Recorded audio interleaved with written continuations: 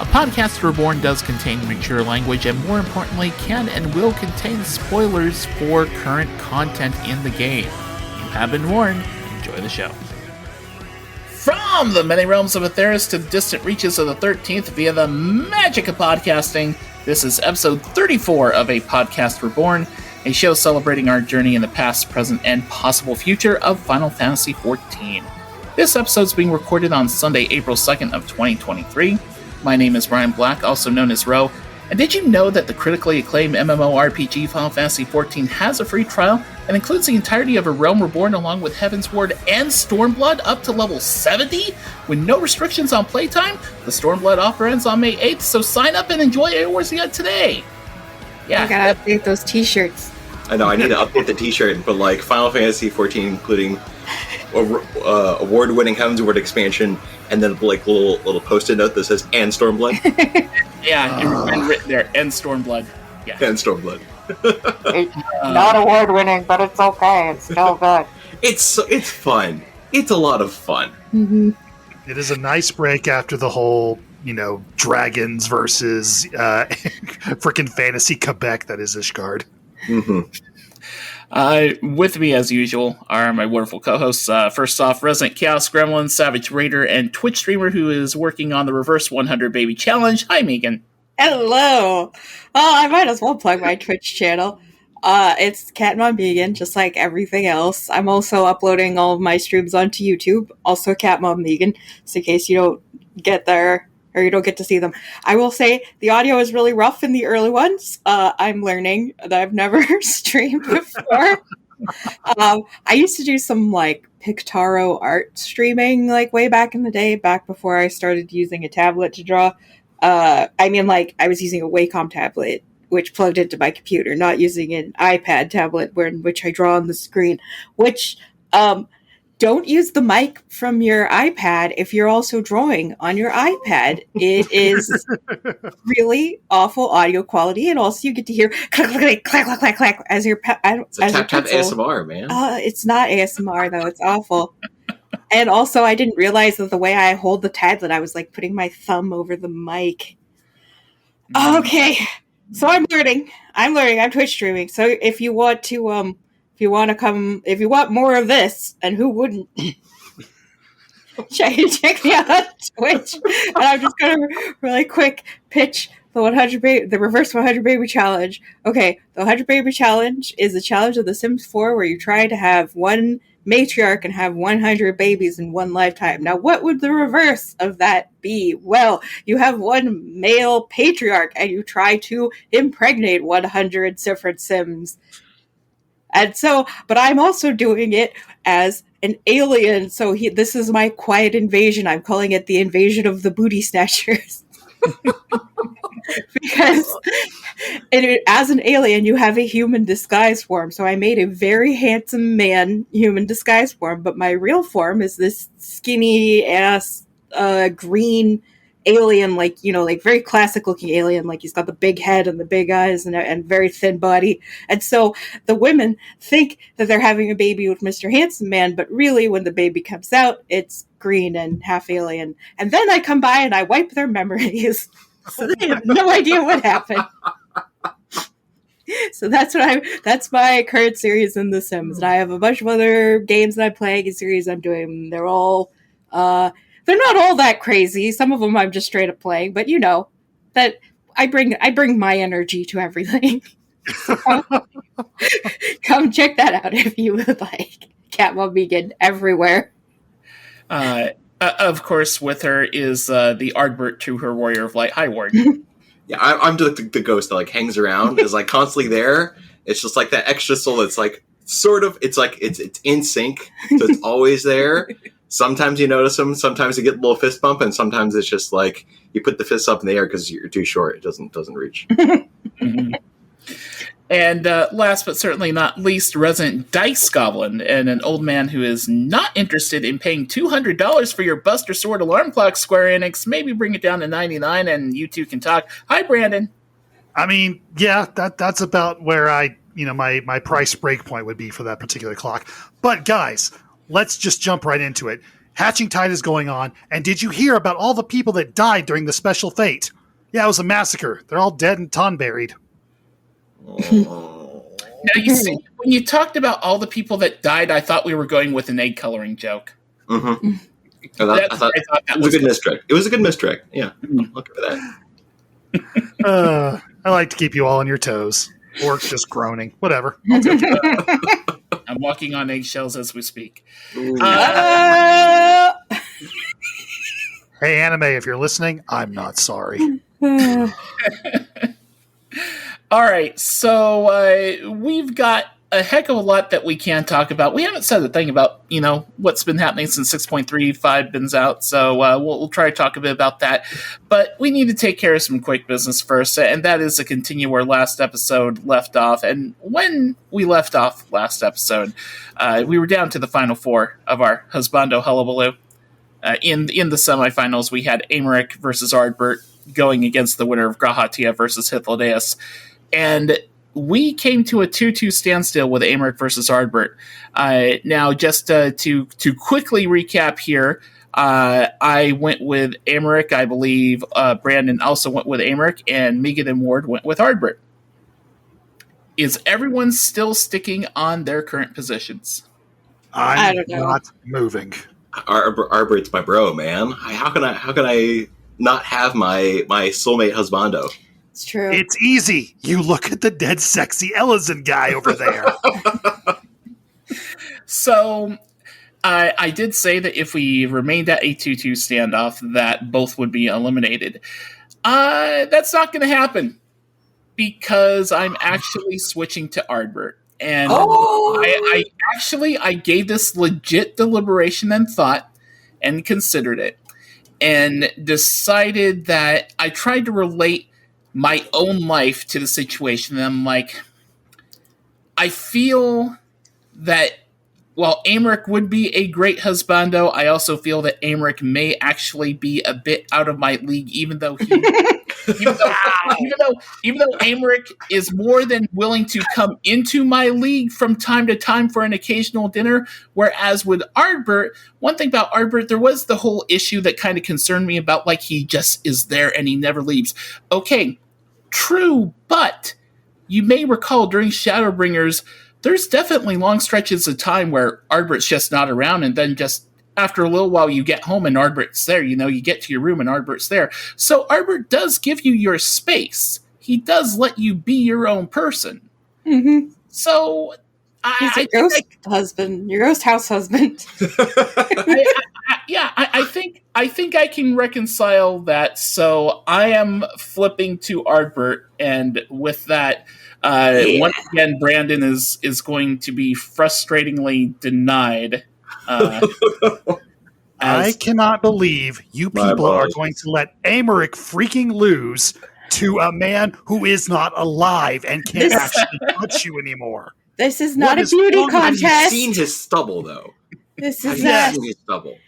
And I'm not impressed. If this was pure aesthetics, Amaric would definitely win. But I think that Ardbert just has the more romantic story. He's a whole package.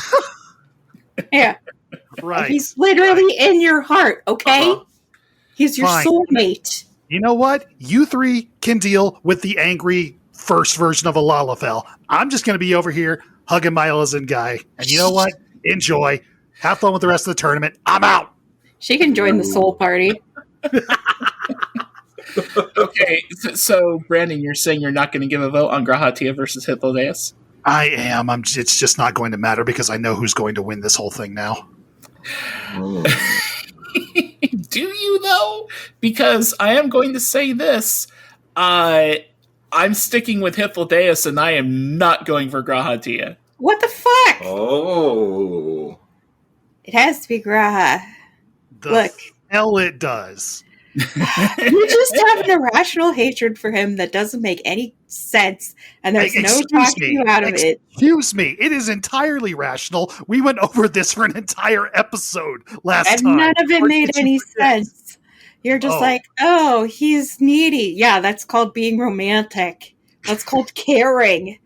You're like, oh, he summoned me to another world to save the entire planet, and then he accidentally got my friend sucked in too. Cool. Would you have rather been on the first alone? Would you have rather not had your friends there to all have their excellent character growth? And like, would you rather Sacred have not met Reen? Would you like Sacred to have not met Reen? You know what I would like to have had? Did that. You know what I would like to have had? What? An opinion on the matter. Yeah, well, that was not possible. And it's not possible. So, for me, the reason why I can't go with Graha in this matchup is the me of 15, 20 years ago could definitely go with Graha. The me who is a 40-something person definitely prefers the personality of Hippodeus. I can see myself living a much happier life with Hippodeus. Now, I'm not saying that life with Grahatia wouldn't be exciting. Oh, it would be. There'd be a hell of a lot of ups and downs. There'd be a lot of mistakes and missteps made along the way, and it'd be a hell of a ride. But that's not what I'm looking for right now. Oh my god! Look, he likes. I want maturity. I want experience, and I want someone who is suave, who is funny, and Hippodeus is all of that. The man who lived for 200 years waiting for you is not mature enough for you? No. What the fuck? He likes reading, he likes tea time, he likes staying at home, he also likes adventures, he likes both. And I'm sure... Dude, maybe a couple hundred years old, but think about what Grahatia is like post Shadowbringers, just his personality and stuff in Endwalker. He would follow you because it gets a do-over. That's the whole point, is because he feels like, yes, the past 200 years have aged him and have given a ton of experience, and we know that he could pull the Crystal Exarch out of him and actually like become the Crystal Exarch again if push comes to shove. But he gets a chance to relive his youth and go on the adventures that he always wanted to have. And so, of course, he's ecstatic to be able to like relive his childhood again. That's cool. That's cool, and that's also not what I want. That's the thing. I'm not saying that Grahatia feeling young and fancy free and immature is bad. I'm not saying it's bad. It's just not what I want. Okay, look. If the Warrior of Light was like, hey, Graha, we're retiring. We're just going to stay at home and drink tea and read books all day. Graha would be like, shit, great, I'm in. Let's do it. You think that Graha would be like, nah, I'm going to run off and have adventures without you? No, absolutely not. The thing about Graha is he is down for whatever you are down for. Yep. I think, and how would Hith not be? Well, Hith will make you think it's your idea, but it won't be. It's always his idea. Please justify this. Please. Oh, really? You don't notice how Hith uses soft power to manipulate everyone around him constantly? That's his entire character. You want the most charming, handsome man that you will never be able to say no to, no matter what he's asking you to do? Yeah, you think it's all going to be nice, soft tea parties and whatever, but then he's going to be gently asking you to make some bullshit fly, and you're not going to be able to say no because he's going to know exactly how to push your button. I didn't know how to manipulate us at all. He's like really. Graham might try to manipulate you, but you will see through it in 5 seconds, and then he will cry, and then he'll say sorry, and then you'll never have to do anything you don't want to do. So the hilarious thing about all this is I am absolutely not moving from Hippodeus, and I know that Brandon won't go for Grahatia. And when if this means Grahatia is eliminated from this tournament, hell yes. So this means that Ardert wins, doesn't it? Like that is what's going to happen if they both knock each other out. Yep. That's what's happening. I'm not changing. I will argue until I die for Graha. So by default, Ardbert is going to win this. Sim will be really happy. So. She will be. Not as happy as she was earlier today when she found out she won a medium, though, and is upgrading from a small to a medium. Ooh, congrats, Sim! Yay! That is big.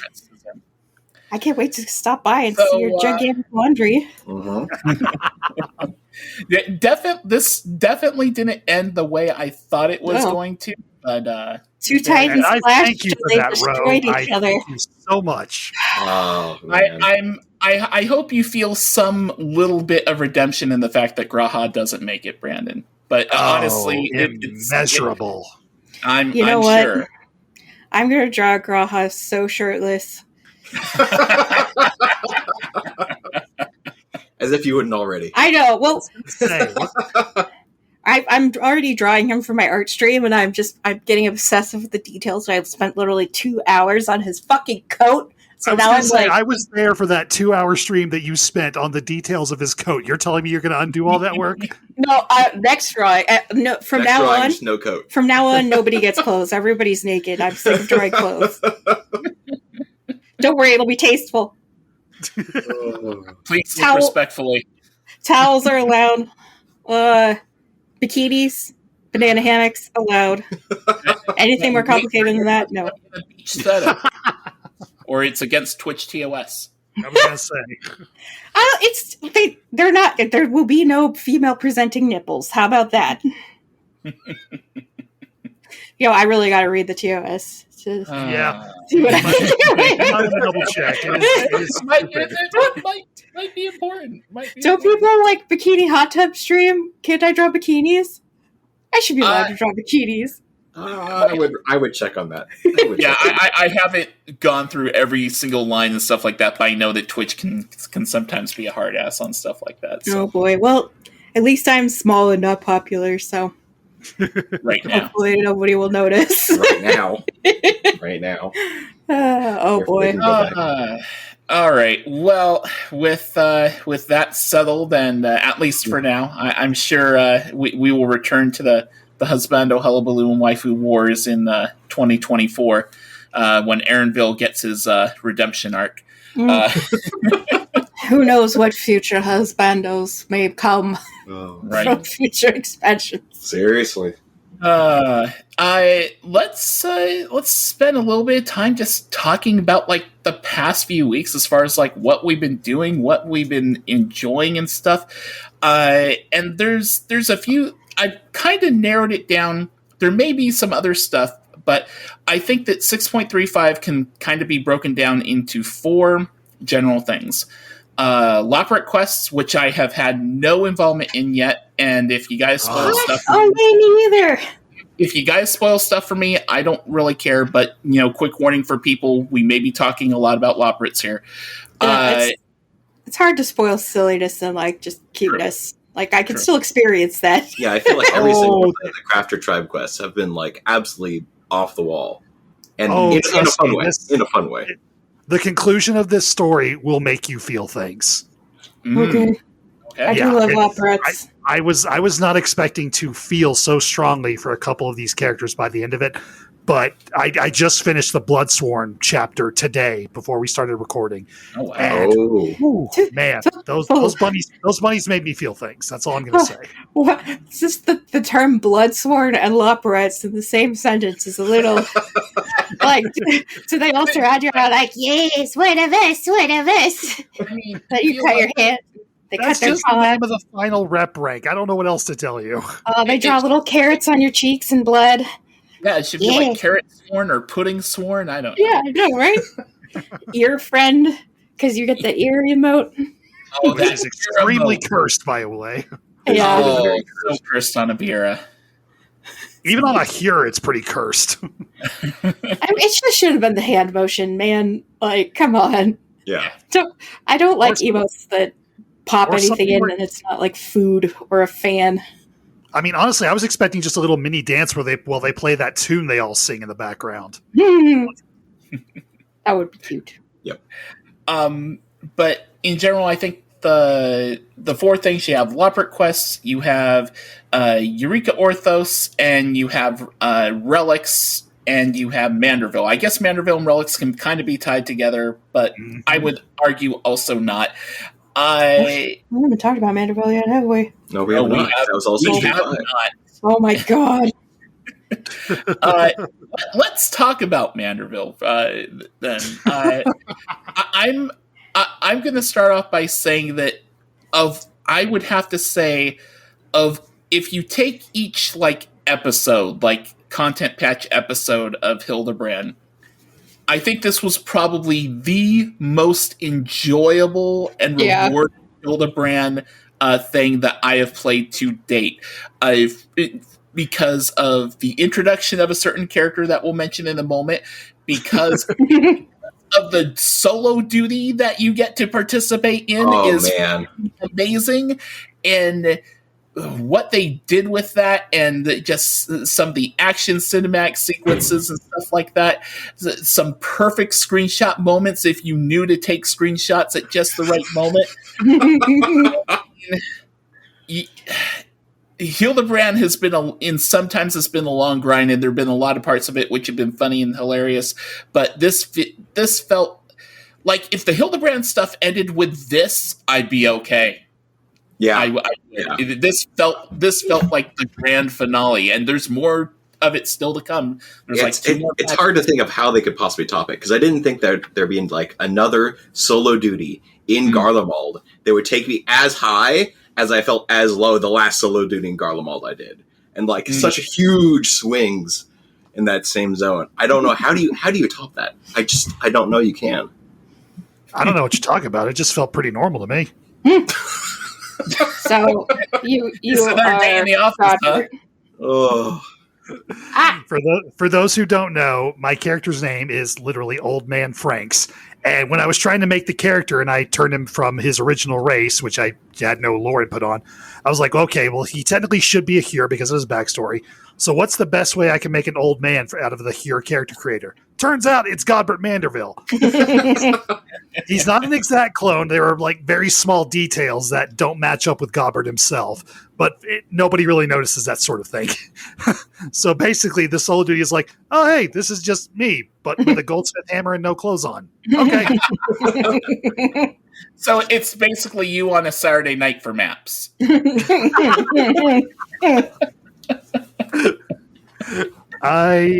comment. But What? I'd say Brandahild, best new character. Oh my god. I mean, I'm sorry, Vivi, you're great, but I have a question. yes. Can I take Hildebrand to the top of the highest tower anywhere on this planet, yeet him off of it, and we just keep Brandahild forever? Please? Brandahild, it seems to be far more capable. Yeah, well, he may be a bit low poly, but I'll take that over the dumbness, please. Yeah, well, I have to think he Hildebrand, just doesn't have as much of the dynamis. if you do that, Hildebrand will just land wherever the next thing starts. So. That's true. I am very you can't aware get rid of Hildebrand. You can't get rid of Hildebrand. No, absolutely not. I don't think there's another character in Final Fantasy XIV that is pure dynamis like he is. I would also say that I'm pretty sure Hildebrand must be a dancer because, that's his class. Because during the fight, he's just in the background doing the Manderville while his dad beats everybody up. So I'm like, oh, are you buffing me? Are you a dancer? Is this He's not, though. He's just being useless while we do all the work. Again. I'm so tired of it. That's okay. That's what Godbert wanted. Mm-hmm. Probably. But it is kind of hilarious that, like, how did this man create this other man? How did you come from this man? What are you? Or is this just because Julian, like, spoiled him his entire childhood and he wasn't allowed to do anything? I think you could really tell that he's a scion of an incredibly rich family that was deeply sheltered when he was a child. I think it really comes across. I think Julian made a pact with something from the 13th.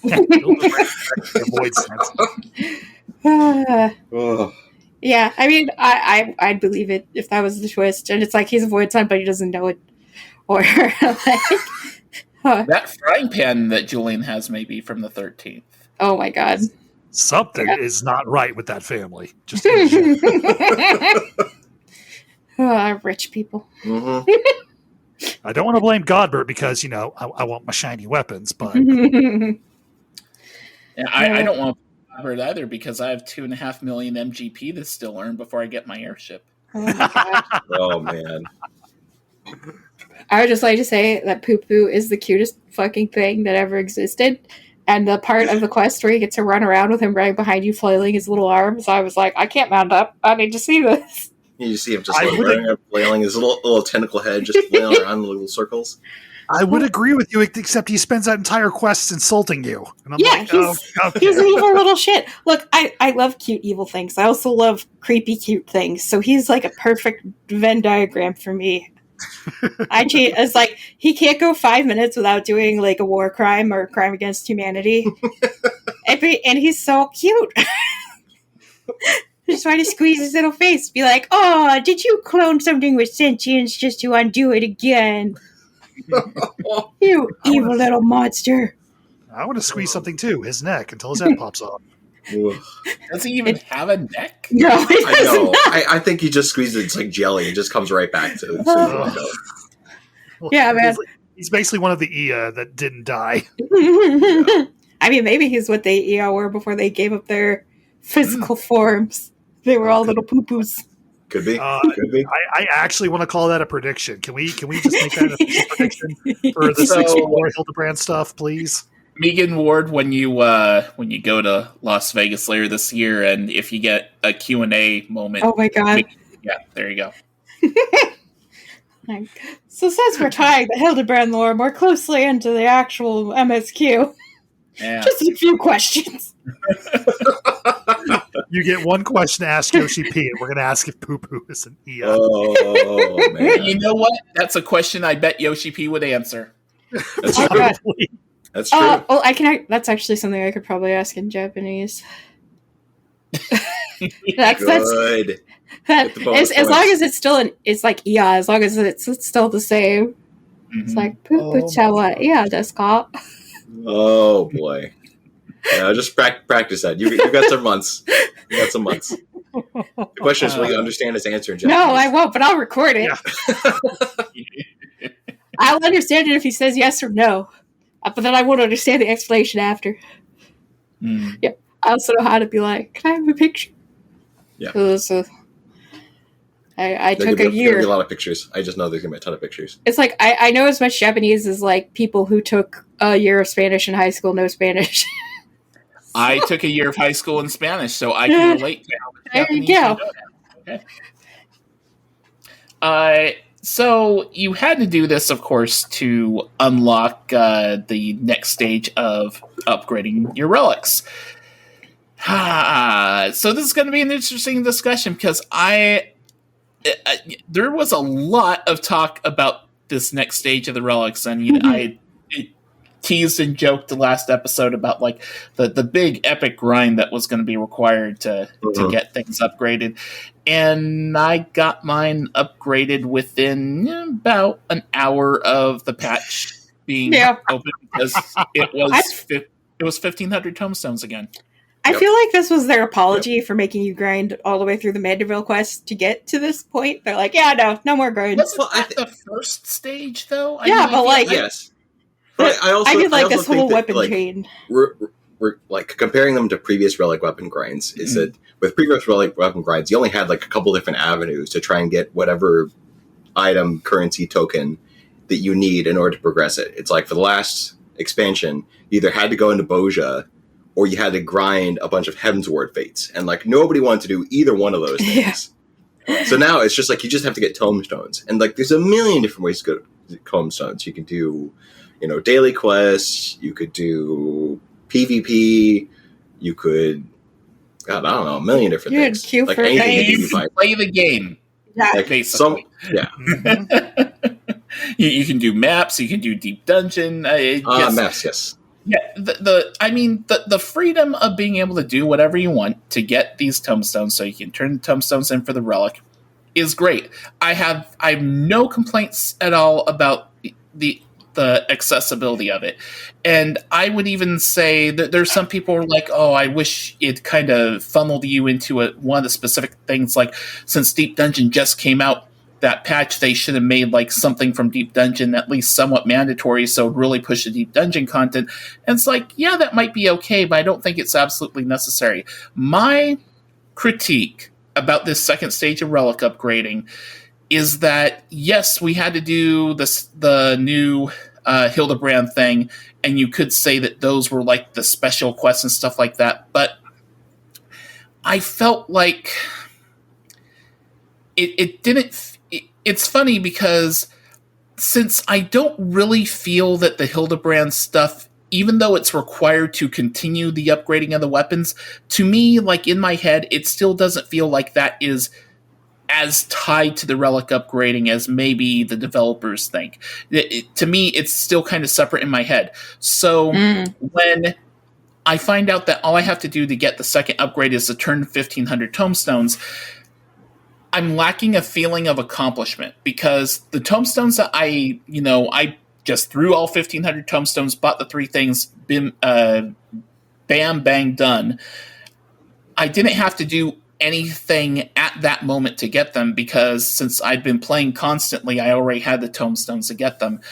I think the only thing that was missing for me was there were 1 or 2 minor cutscenes, but if there had been another solo duty, I mean, we had a great solo duty in the Hildebrand thing, but if there had just been like one kind of thing, like just even a small piece of content where you had to do something to feel like you got this item that, improved the weapon, it just didn't feel entirely earned. It felt like, oh, hey, you played the game, upgrade your relic weapon.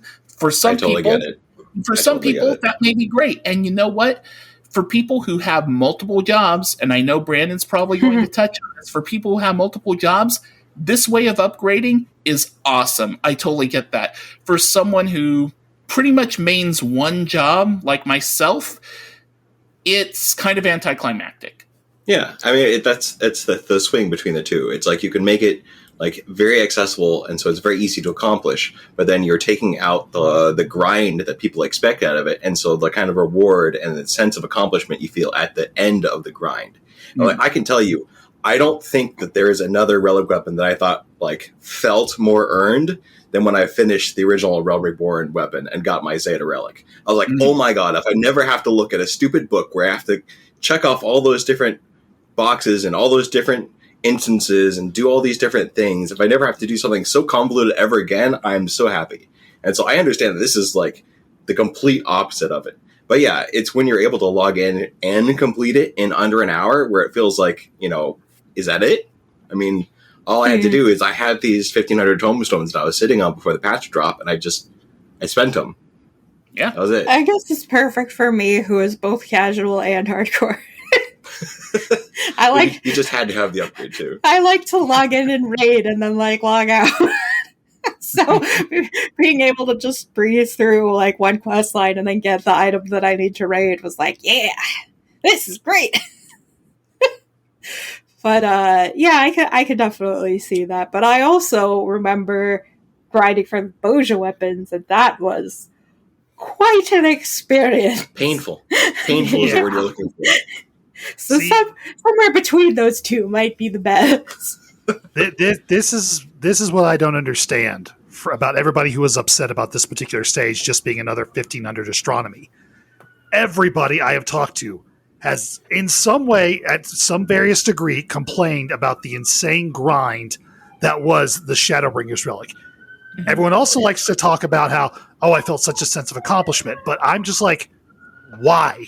You complained about how painful this was, except for those random few people who were like, no, I actually enjoyed this sort of thing. And yet you say there's always some masochists in the crowd. I fit both camps. It's like, it was incredibly painful, but I still enjoyed it. Yeah, words of masochist. Yeah, I actually like to run to Liber Reginae. It's like, I feel like I'm the only person in like the history of the game that actually likes doing that instance. I can understand how like nobody else wants to do it, because every time I'm queuing in, I'm like, I'm the only person here. Yeah, Ward's a grind slut. Yeah, I am not. For the grind. The grind is usually so off-putting to me that by the time I'm like, okay, there's a threshold, and that set of Heavensward Fate grinding was it. Beyond that, no more Shadowbringer's relics for me. I'm done. I will farm up the guild to just go buy freaking what were they called? Exarchic crafted weapons for all my jobs. I'm done. I don't want to do this anymore. Yeah. So I really like that it's just, whatever you're doing, you're going to be earning astronomy. You can just start putting that towards relics instead of gear. Whatever. Hey, I'm down for it. Mhm. Yeah. I do think that they could find a medium. Like, come on, guys. Like, please, there has to be something between just handing it to us and literally sending us to hell. Okay, Well, I would like to give the counterpoint to that, because there actually was another relic grind that was added in 635 that I don't think anybody has mentioned on yet, and it's not with Geralt. I've done part of it. Grenalt. Yep. Which I now that I know that Grenalt exists, I'm like, can't I just have Grenalt instead? Can I just send Geralt over to the first and just take Grenalt? Like, he's happy. He has good relations with people. He's like encouraging of people. He doesn't drink himself and all the coin into nothingness. It's just like, oh god. But those grinds are rather painful. And Now, so yes, see- you do feel a lot of accomplishment at the end of that. Yeah, I was going to say, so I've done the first part of that for my botanist, and I've got the first stage of the Splendorous tool upgraded, so now I have the weapon with it. It has like a little bonus effect for Eureka moments and stuff like that, and I'm working on the second part of that. That's the grind that's involved there is kind of like the level of grind I was thinking was going to happen with our actual, Disciple of War lore magic weapons. So that kind of threw me off. That said, I almost feel like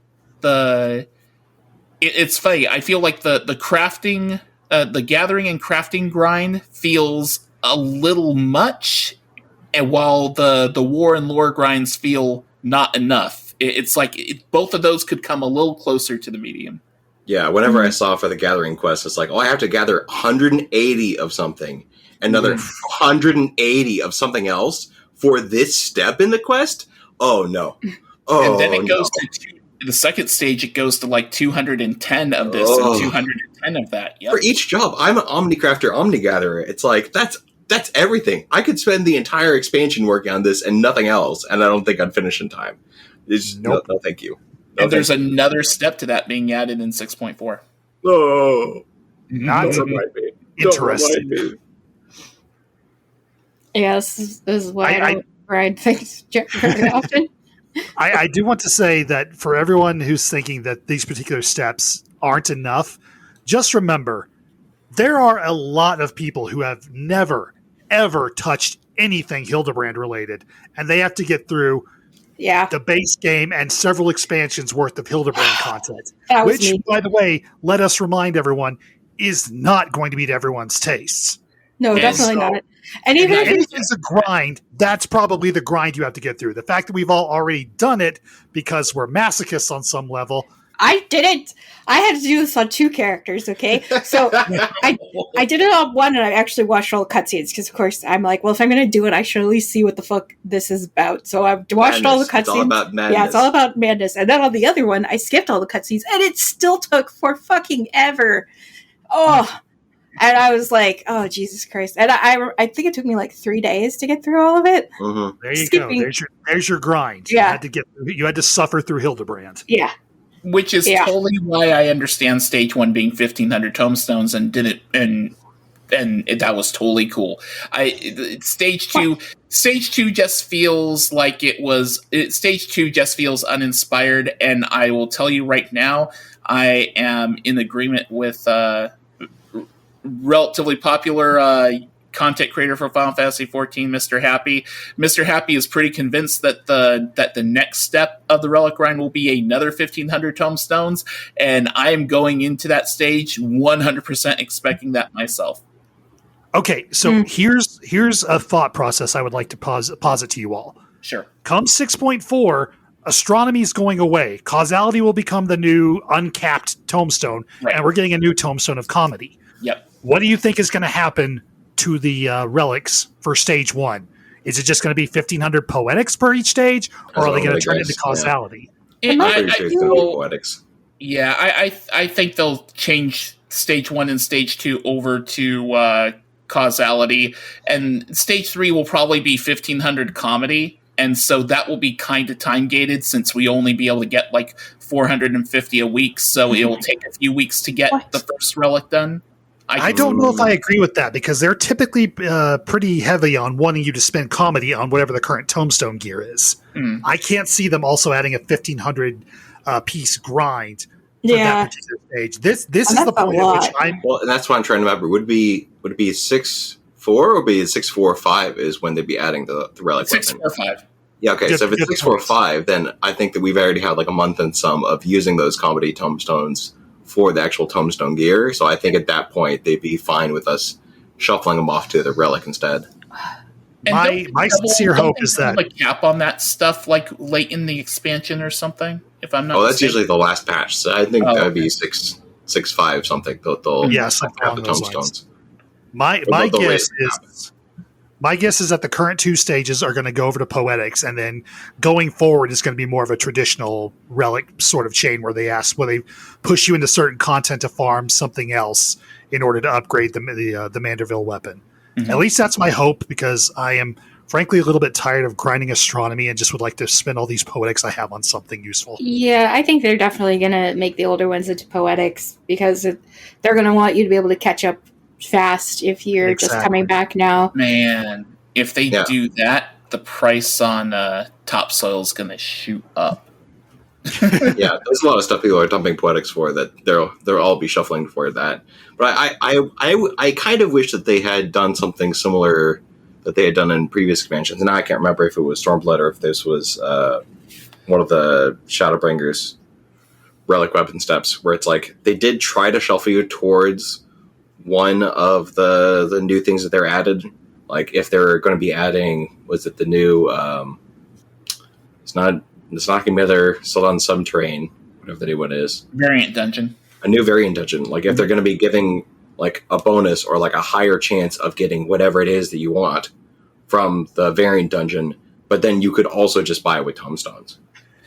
Whatever they do when it comes to this new variant dungeon, the reward system, there has to be a little more motivation for doing the variant dungeon, because the thing, I mean, I know I'm kind of sidetracking here, but I'm very much looking forward to 6.4's variant dungeon, provided that there is some incentive for actually running it multiple times. And I mean, yes, you can run it right now and you can get a little bit of causality and astronomy and stuff like that, but the few things that you could get with those pot shirts or whatever we got, were they pot shirts? I think they were. Pot shirts, yeah. You could get that noir suit and the WoW emote and an earring, and that was it. Oh yeah, that was fun. Yes, I mean, it was fun, but it was over too quickly. Yeah, and that's the thing is, I think that we probably rushed through it quite a bit in the beginning because really wanted to get. I think it was the Silky mount. Yeah, you want to grind it out to get all the endings done. I think there needs to be maybe another kind of bigger meta long-term reward for that. I don't know. Maybe the mount was a little too easy to get, or I don't know. There just needs to be a little more thought put into the reward structure for that. Yeah. But it was something completely new, so they're I was pleasantly surprised at how difficult the Savage was as well. Oh, when I first stepped into it, I think I actually used the Duty Finder to queue into it, and I had no idea what I was doing. I was wholly unprepared for it. Did you clear it? No, I don't think we got past like the first 5 minutes of the fight, if that. Yeah, the bosses were like, "What's up, bitches?" Actual Savage fight. Yeah. So going in blind was not the way to do it. It was also hilarious because it was like, anybody want to do Savage? Yes. Yeah. Did you clear the regular Criterion, like the middle level stuff? I believe so. Yeah. So there's the variants, the one with the different paths, and then you have the Criterion, which is it's a set path and things are harder, but you can resurrect your characters, and Savage is no resurrections. Maybe we didn't. I don't know. We kind of got the fancy suit and the mountain and then wandered off.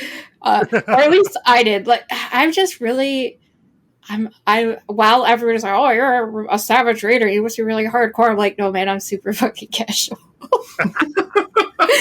There's a wide spectrum to Savage Ice that I don't think people realize. I'm not a completionist, I'll put it that way.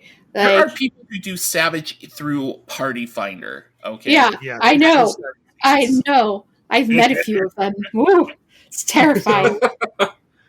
So just to clarify for everyone, the super hardcore people are off doing the ultimates. True. Yeah. True.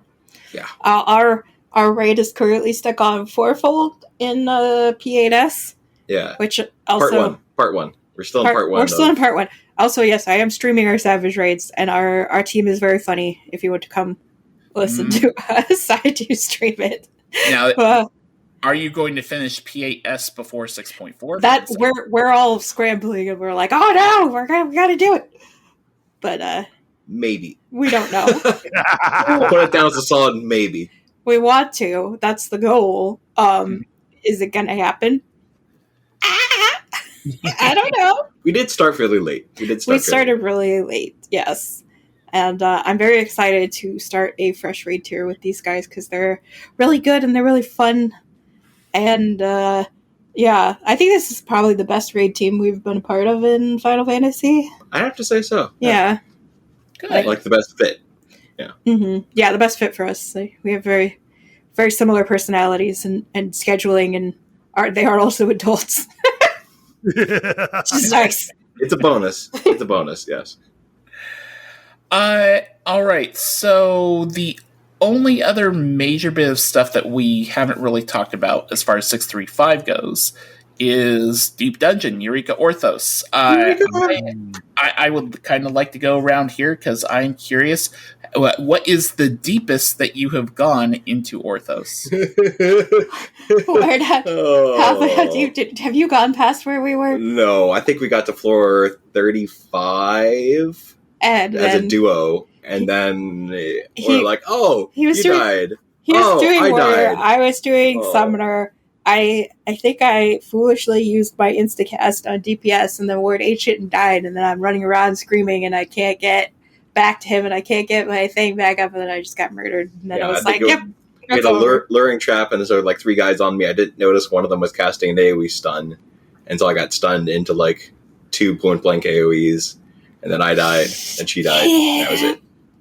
We tend to like to do content like this, like as a duo. Like we also did the ass as a duo. Wow. Ass. We double teamed that ass, baby. But yeah, I definitely want to finish it. I don't know. I mostly want to do it with you, but I also feel like maybe only 2 people is not enough. Well, that's the thing. It's like people are soloing it, but then it's like then it takes 30 minutes. Yeah. Per 10 floors. Yeah. And so it's like 30 minutes times 10. It's a whole lot of time for a full clear. So yeah.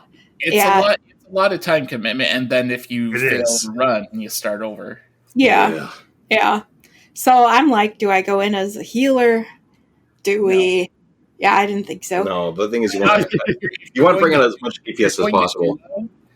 If you're going to duo, I would suggest like Red Mage and a DPS, if anything. Yeah, I was thinking about switching to Red Mage because, like, then you always have an instant cast heal. Yeah, everything I've read, because I haven't read like a ton of stuff. It's just like whatever you feel the most comfortable in, because you want to be able to like. Well, definitely summoner. Be aware of your feet at all times and still be able to pump out the most amount of damage. But also, I have Fire Punch directly into a Mimic's death circle. Death trap. Oh, yeah. No. So, but I'm not saying that as a Red Mage, I wouldn't be fucking crying right up in that shit, too. So, I'm just not meant to touch things.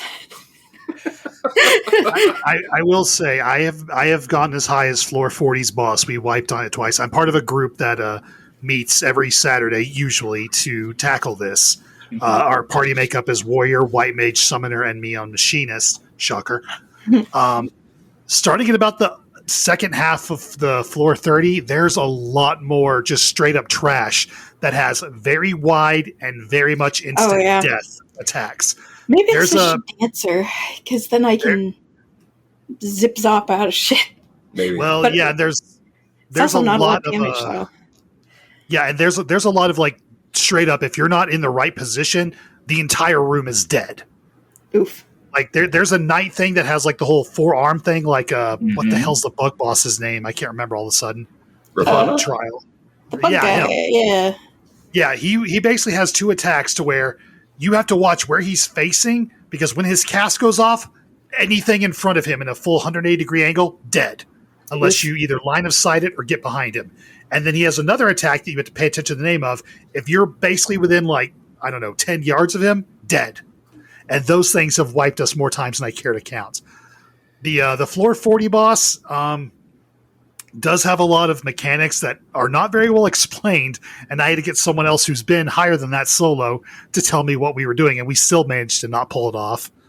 But yeah, Deep Dungeon it's interesting. I will say I've gotten some very good rewards from the freaking hidden treasure areas that they're called. What the heck is it called? The Accursed Hoard. Yeah.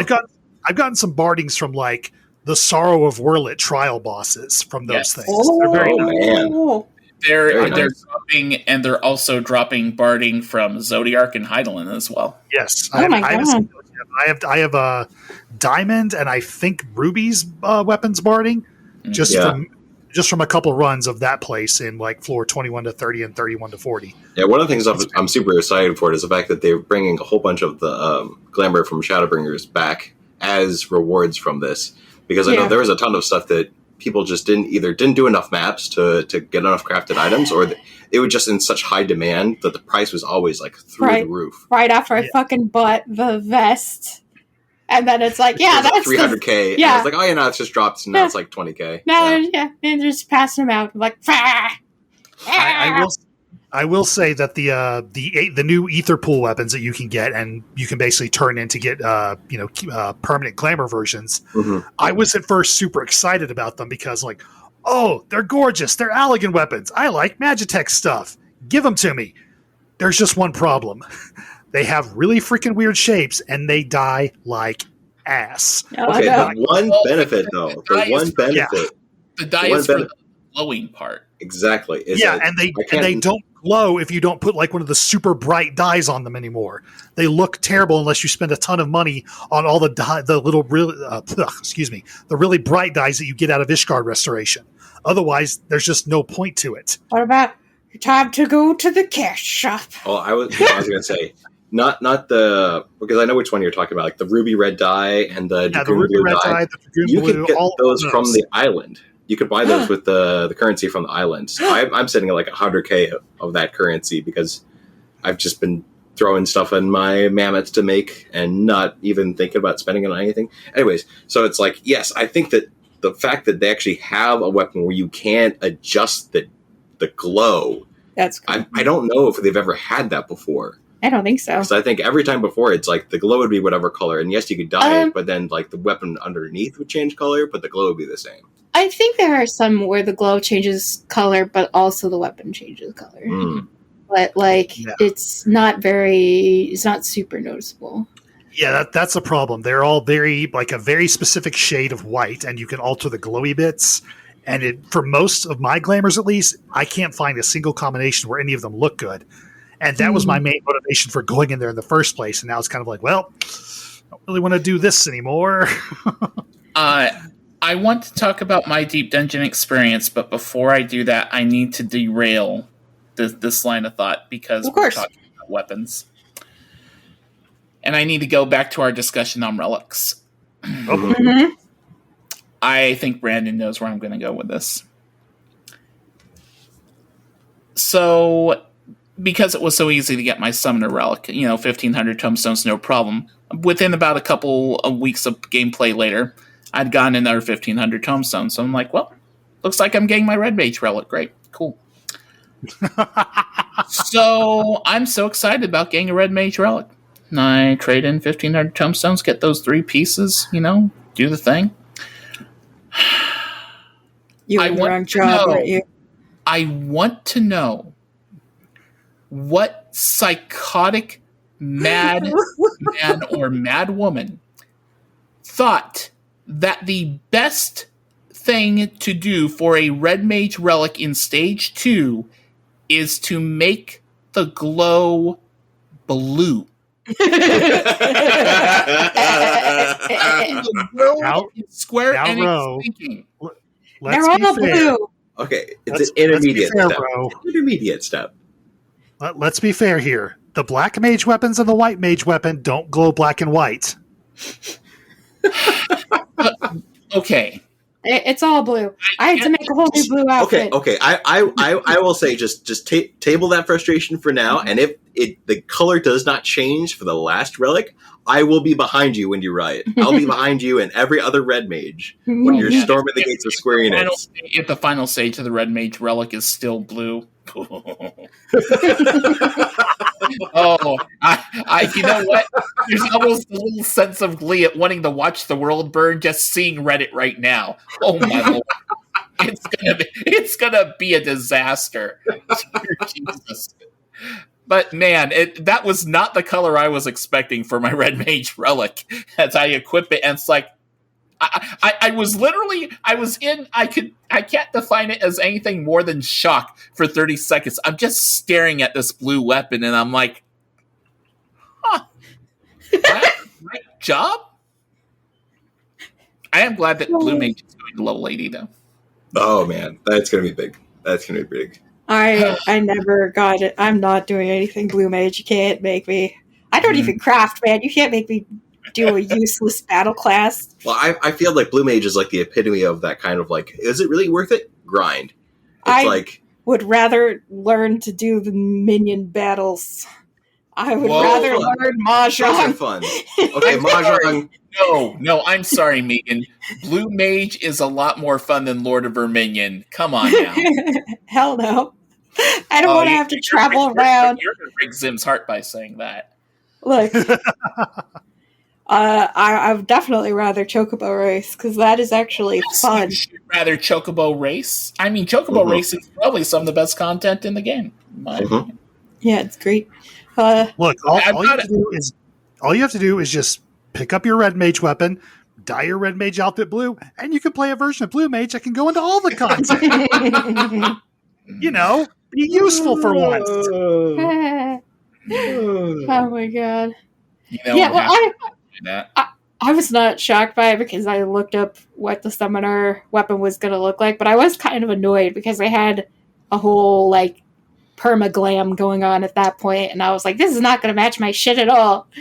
The summoner relic, by the way, to me is like, It's nice. It's okay. It's a book, man. They can't make books look very cool. No, Like, Some of the books that look pretty cool. the books that look really cool, it's not about the actual book. It's about, like, the giant-ass glowing spell effect. To extend the book. Yeah, but it's not the book itself. So I knew that this was just going to be, like, a shiny book, because this is not the end stage. So it about met my expectations. And I'm like, well, okay, I'll wear this. I will say that some of the Eureka books are pretty cool. They have like a little clasp that folds out as the book opens up. Yeah, Of course, nice. you like Eureka. Of course. Eureka Orthos has a pretty cool book too. I've traded in 3 Aetherpool grips, got my summoner glam for that weapon, and that's cool too. And I like that 620. I've done enough deep dungeon that I have the red mage glam for Eureka Orthos without having played red mage at all in there. But hey, my red mage weapon got an upgrade, which is cool. I'm a little bit surprised to find out that I have gone further in deep dungeon than any of you.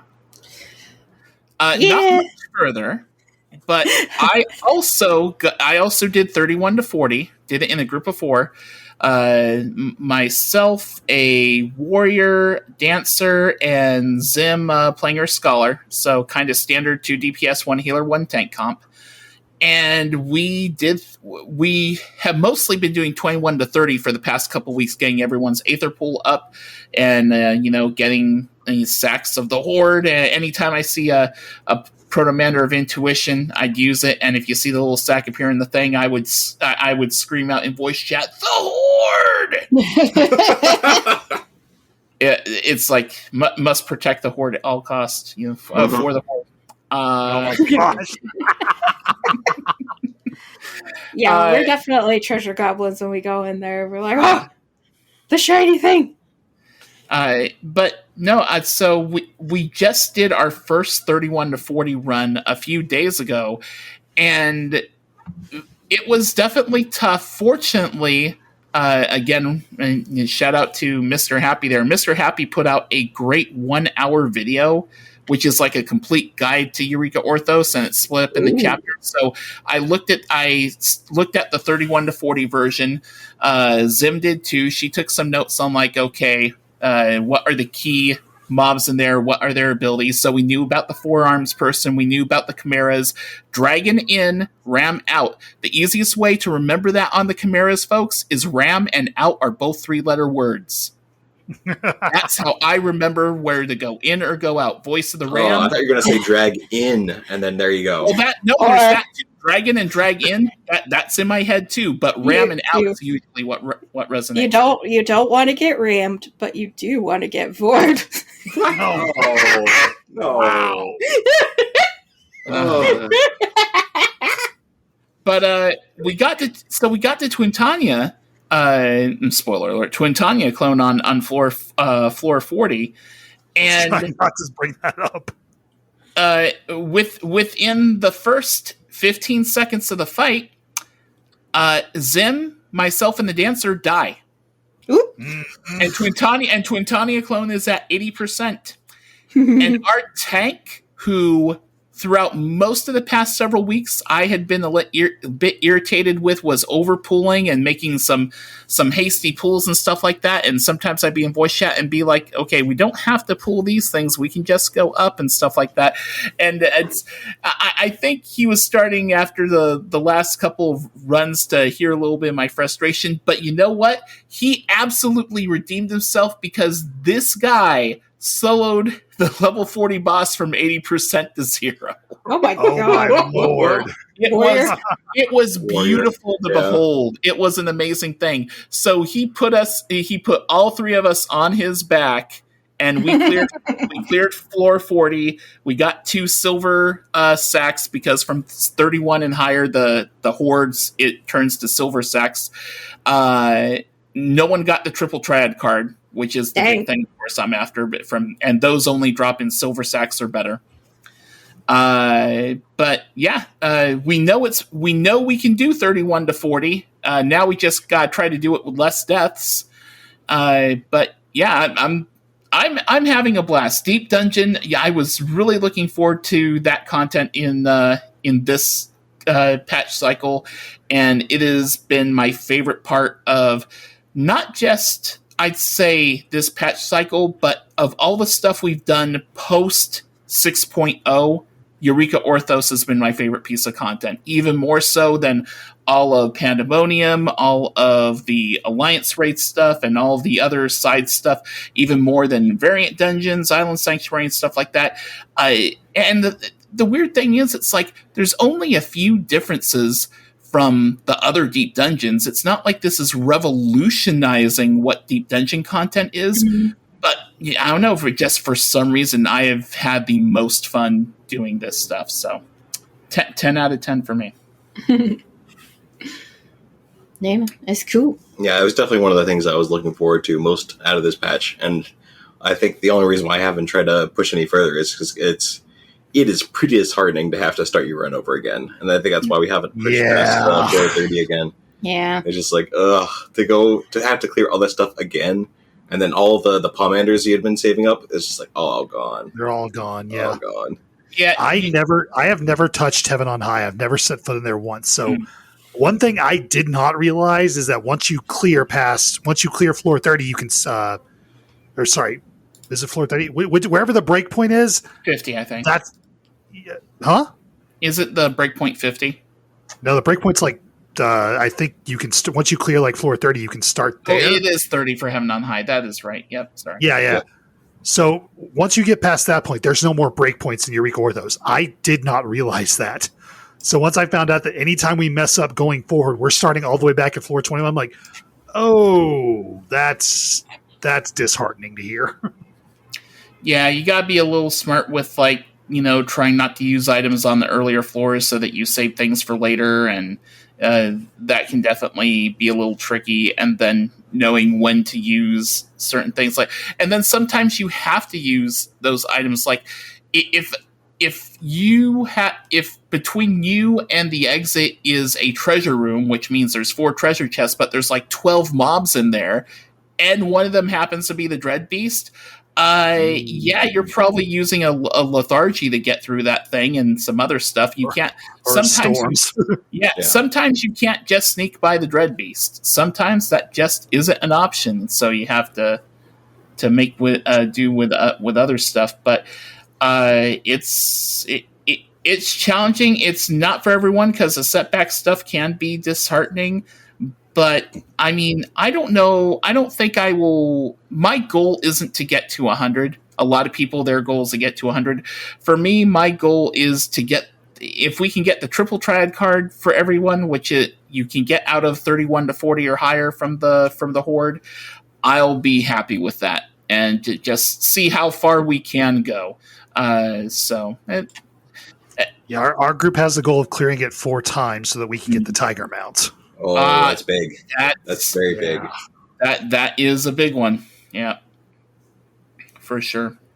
Yeah, I'm big on like all things Allegan. So, I mean, I've got the Allegan Glam for my warrior when I'm running Eureka Orthos. So it's like I definitely want to try and get that Allegan Tiger. Oh, and I got the Allegan Parasol, which is nice. What's it called? Like the rain deterrent system or something. Yeah. Yeah, it's pretty great, and I wouldn't sing in the rain with any other parasol. that emote's pretty awesome. There's of course a lot of stuff we could talk about with the live letter, but we are pretty much at time. But is there anything anyone wants to immediately scream about that they're excited about as far as what we learned from the live letter? A lot of the stuff we know is like stuff that's going to happen, but anything anyone wants to get off their chest right now? I'm actually excited for Blue Mage. I know I'm like a crazy person for it, but the idea of like the idea of being able to go into all of the Shadowbringers dungeons and Shadowbringers trials as Blue Mage and doing all those fights in the weirdest way possible, because that's the only way you can do anything as Blue Mage. I love the Shadowbringers content, and I'm glad to have a chance to go back and do it again. Imagine Diamond Weapon unsynced on Blue Mage. See, I'm excited for a new PvP season, not series. Series, not season. Because it's the rewards are still the same, but the rankings are resetting, which means people will actually be doing PvP again. Recently, it's been like 30-minute queues for Crystalline Conflict. And like literally, Crystalline Conflict is all I want to do. Like I don't like the big battles. I don't like anything else. I just want to do my 4v4, 5v5. I don't know, whatever. I want to get. The big battles are just like, I never feel like I'm making any difference. It doesn't matter what I do. It doesn't matter how good I'm doing, how bad I'm doing. It's like I am literally a drop in the bucket. And unless a majority of the people on my team are not stupid, or a majority of people on their team are stupid, that's all that matters. It's like, I don't like it. I like being able to feel like, I actually did something. And I also really like Black Mage PvP in Battleground and Crystalline Conflict, but not so much in the... I mean, it's fine in the Battlegrounds, but I'm like, eh. The fact that the Black Mage is really good when you could, like, teleport onto them, hit lightning, and then run around a corner going, woo, woo, woo, woo. You can't really do that when it's a giant mob. Stun, yeah. That's a lot of fun. Your Black Mage is Curly from the Three Stooges. Yeah, basically. Or Zoidberg.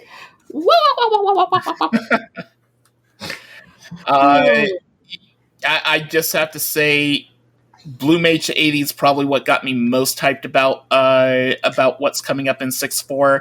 Golbez most likely being the final boss. The trial in 6.4 seems pretty likely, but the interesting thing about that is it's created a lot of debate on who's going to be the final boss of 6.5. And a lot of people, because of their the Final Fantasy callbacks and throwgrounds, say that, well, 6.5 has to be Zemus or Zeramus. So, it's a callback to Final Fantasy 4. I think that this story, dealing with the Archfiends and Golbez and stuff like that, my theory is that story actually ends in 6.4. And that the trial that we do in 6.5 and the story and stuff related in 6.5 is the prelude to the expansion and has very little to do with this current story. I think that 6.5 is just going to be its own thing, because we've been told that the stuff that happens in 6.5 it causes a big major shakeup and status quo change that leads into the next expansion. And I don't know. I just feel like this 13th story, if Golbez is going to be the end cap of it in 6.4, I don't think they're going to do a Zemus Zeramus thing, because unless Zero becomes, filled with anger and hate, and we have to beat the hate out of her or something like that, I just don't see that happening. So I think that 6.5 is just going to kind of be its own thing, and 6.4 is going to be the wrap up to this whole set of post Endwalker stuff. I'm just going to say it right now. If Zero does turn out to become Zeromus and we have to kill her, I am going to cackle maniacally. Just because Zero's going to be a Scion. Come on.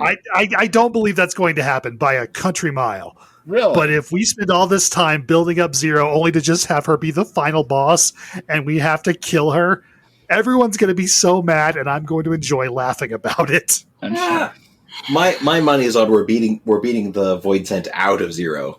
Yeah, where she gets mind control, and we gotta beat her back to her senses, and we don't actually kill her. We just subdue her. Let me reiterate: I don't want this to happen. I want Zero to have some further character development. But just because of all the sheer people who are fanboying or fangirling over her would be so mad that we unceremoniously kill her off after an expansion. All the ships that would be sinking that day. Exactly. I would just laugh so hard. Definitely more than 5 ships would be sinking that day. That's true. That's true. All right. Well, I think that will do it for this episode. Ward, thank you again very much for tagging along. My pleasure. This episode. Always a pleasure to have you on here. And as always, I'll remind people if people want to follow you, they pretty much just need to follow Megan. And then I'm there over her shoulder like Ardbert. There we go. He's always in my heart.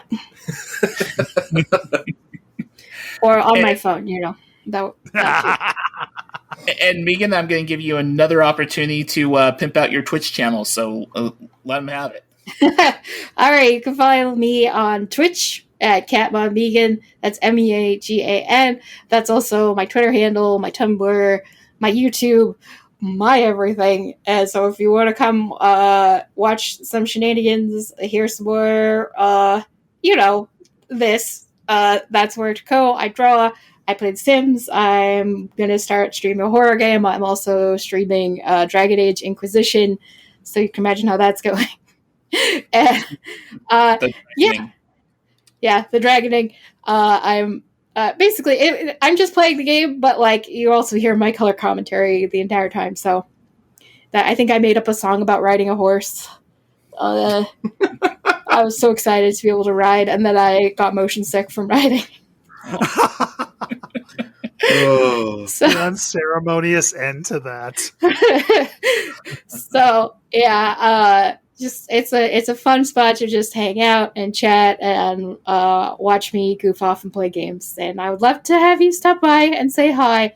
And that's where you can find me. I stream pretty much every day. I'm going to start streaming around 3 p.m. Pacific, because streaming at 1 p.m. most people are not around. So most of my streams are at 3 p.m. PST. Stop by if you can. It'd be great to have you. Yeah. Yeah. Brandon, where can people find you on the internet? Twitter.com/thebmat, TheBMATT. There's links in my profile there to everything I've got going on, including to my D&D podcast that I play where Ro runs a game for us. It is called +5 to Hit. And Wizard Towers, man, they're just weird. Especially upside down Wizard Towers. Yep. They're like an anti-tower? Kind of. Oh. Yeah. I suspect the reason for this tower being upside down is not as cool, but we'll see.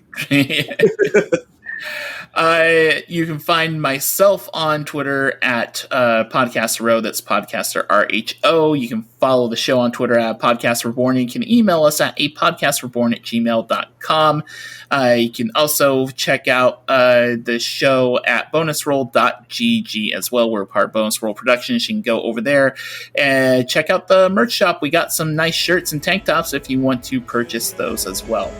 The music for our show is provided by Alex McCullough's YouTube channel. I will include a link to that in the show notes. A lot of great stuff can be found there. And that music right here, Final Fantasy XIV derivative music you hear on this podcast, belongs to Square Enix and no copyright infringement is intended. That's going to do it for episode 34. Until the next one in a couple weeks, for Megan, for Ward, for Brandon, and of course for Her Royal Highness Butterscotch, this is Brian Black. Until next time, may your loot rolls be high, your glamour fantastic, and your duties always complete. Brandon. Did you guys hear about the new animal concept that Hades has submitted to the Bureau? Yeah, it's this weird big old four-legged herbivore with massive broad antlers. They're calling it Emmett's elk.